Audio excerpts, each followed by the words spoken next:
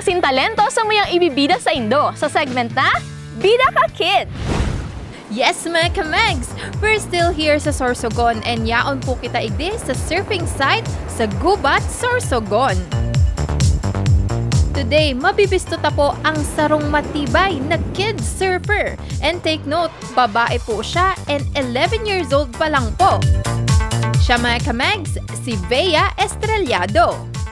Siyempre mga kapamilya, igde sa Mag TV na Oragon, sa tuyang binibida ang tibay asin talento kang Bicolano. Kaya man makakaibanan ta ang sarong surfing champion si Bea. Hi, Bea!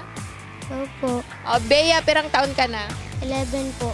Ayan, nadangog ko sa kang surfing champion. So, paano ka magpuo nagkahilig sa pagsasurf? Skin po ako nagsimula. Ilang taon ka nun? 9 po.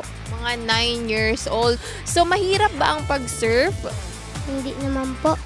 Hindi naman. Bakit ako nahihirapan? Ayan, syempre tanungin natin ang very, very proud mommy. Mami Lourdes, ano naman po ang feeling nyo na, ano sa pakiramdam na ang anak mo po surfing champion na?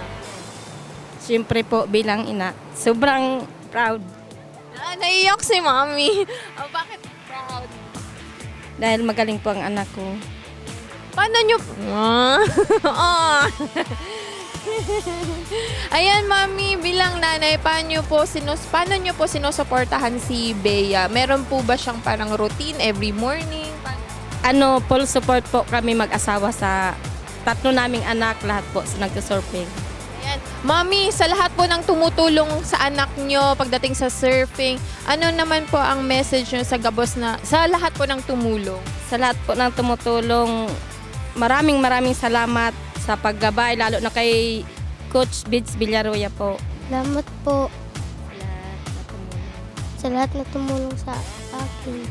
And syempre mga kamags, bibistuhan taman ang coach ni Bea, si Coach Bidge. Good morning po. Morning. Ayan, paano nyo po nakilala or na-discover ang talento ni Bea sa surfing?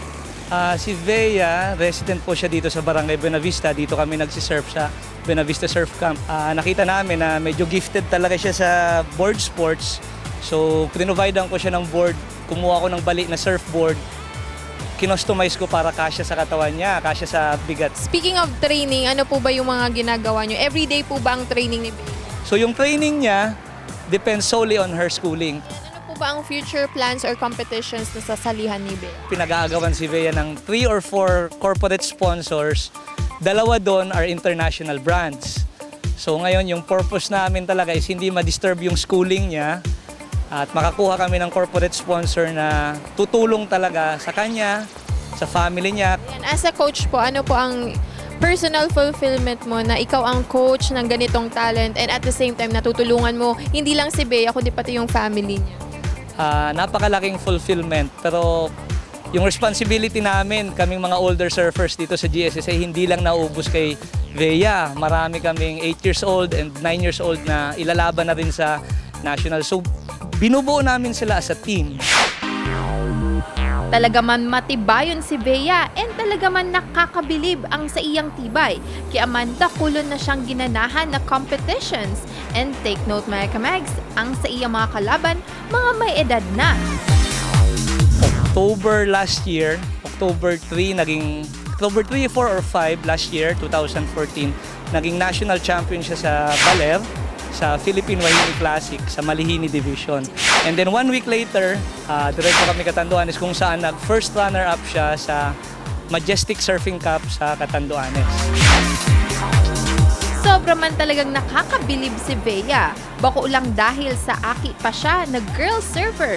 May hiling taman ang sa iyang kusog buot para maglangoy asin mag-surf sa sobrang dakulang mga alon. Bea Estrellado, you are a certified Oragon.